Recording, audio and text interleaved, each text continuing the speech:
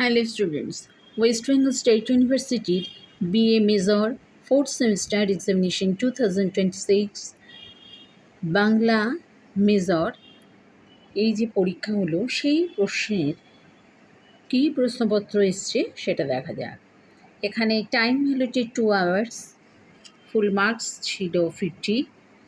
এবার দেখো এখানে বলছে যে প্রত্যেকটা একক থেকে একটা করে মোট 4টে প্রশ্নের উত্তর দাও। প্রতিটি উত্তরের শব্দ সংখ্যা অনধিক 300 হওয়া বাঞ্ছনীয়। এবার এখানে প্রত্যেকটা একক দেওয়া রয়েছে। এই প্রথম একক অর্থাৎ এক এককে কী এসেছিল প্রশ্নটা দেখা যাক। প্রাচীন ভারতীয় আর্য ভাষা কীভাবে বিবর্তনের মধ্য দিয়ে নব্য ভারতীয় আর্য ভাষার স্তরে বিভিন্ন ভারতীয় ভাষার জন্ম দিয়েছে তার সংক্ষিপ্ত পরিচয় দাও। অথবাতে এসছে দেখো প্রাচীন বাংলা ভাষার কালগত সীমা উল্লেখ করে উদাহরণ দাও। এই যুগের বাংলা ভাষার ভাষাতাত্ত্বিক বৈশিষ্ট্যগুলি উদাহরণসহ ব্যাখ্যা করো। আচ্ছা, এক্ষেত্রে বলি যে প্রতিটি প্রশ্নের মান কিন্তু 10, অর্থাৎ 4টে একক থেকে 4টে, টোটাল 40 নাম্বার, 10 নম্বরের করে এক একটা প্রশ্নের উত্তর তোমাদের দিতে হচ্ছে। এবার আসি গ নাম্বারে। একক 2, রাঢ়ী উপভাষা কোন কোন অঞ্চলে প্রচলিত? এই উপভাষার ভাষাতাত্ত্বিক বৈশিষ্ট্যগুলি উল্লেখ করো। আশা করি প্রশ্নটার উত্তর দিয়েছো। নেক্সট আছে অথবা উপভাষা বলতে কী বোঝায়? বঙ্গালী উপভাষার ভাষাতাত্ত্বিক বৈশিষ্ট্যগুলি বিশ্লেষণ করো। অর্থাৎ এই দুটো প্রশ্ন থেকে আশা করি তোমরা একটা প্রশ্নের উত্তর দিয়েছো।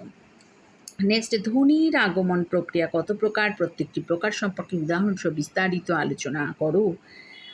অর হিসাবে আছে শব্দার্থ পরিবর্তনের কারণগুলি উদাহরণসহ আলোচনা করো। এই একক 3-এর এই দুটো প্রশ্নের মধ্যে আশা করি একটা প্রশ্নের উত্তর তোমরা দিয়েছো। এবারে আসি একক 4, আন্তর্জাতিক ধ্বনিমূলক বর্ণমালা বলতে কী বোঝো? এই বর্ণমালা ব্যবহারের গুরুত্ব কী? IPA-তে রূপান্তরিত করার নিয়মগুলি লেখো। এটা হচ্ছে একক 4-এর একটা প্রশ্ন। আর একটা ছিল অথবা আন্তর্জাতিক ধ্বনিমূলক বর্ণমালা লিপ্যান্তর করো। অর্থাৎ এই যে এটা দেওয়া রয়েছে এটার ক্ষেত্রে তোমাদের আন্তর্জাতিক ধ্বনিমূলক বর্ণমালা এখানে দিতে হয়েছে। আশা করি প্রত্যেকে এই দুটো প্রশ্নের মধ্যে একটা প্রশ্নের অ্যান্সার তোমরা দিয়েছ। এবারে এটা গেল এই 4টে একক।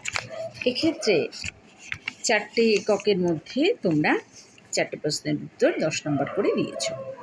এবারে সেই সংক্ষিপ্ত প্রশ্ন উত্তর দাও। 2 নম্বরে যে কোনো দুটো শব্দ সংখ্যা অনধিক 150। এখানে ক হচ্ছে আদি মধ্য বাংলার ভাষাতাত্ত্বিক বৈশিষ্ট্যগুলি লেখো। খ ভাষা উপভাষার পার্থক্যগুলি লেখো। উদাহরণসহ সংজ্ঞা লেখো যে কোনো দুটো। আদি স্বরাগাম জোর কলম শব্দ অপিনিহিতি বিষমীকরণ। আর ঘতে ছিল রোমান হরফে লেখো বঙ্কিমচন্দ্র জীবনানন্দ। এই প্রশ্নগুলোর মধ্যে থেকে যে কোনো দুটো প্রশ্নের উত্তর তোমরা দিয়েছ। এগুলো ছিল 5 নম্বরে, অর্থাৎ 5 × 2 = 10। এই 10 নম্বর প্রশ্ন আশা করি তোমরা প্রত্যেকে দিয়েছ। তাহলে আজকের প্রশ্নপত্র ছিল এই বাংলা মেজরের প্রশ্নপত্র স্টেট ইউনিভার্সিটির।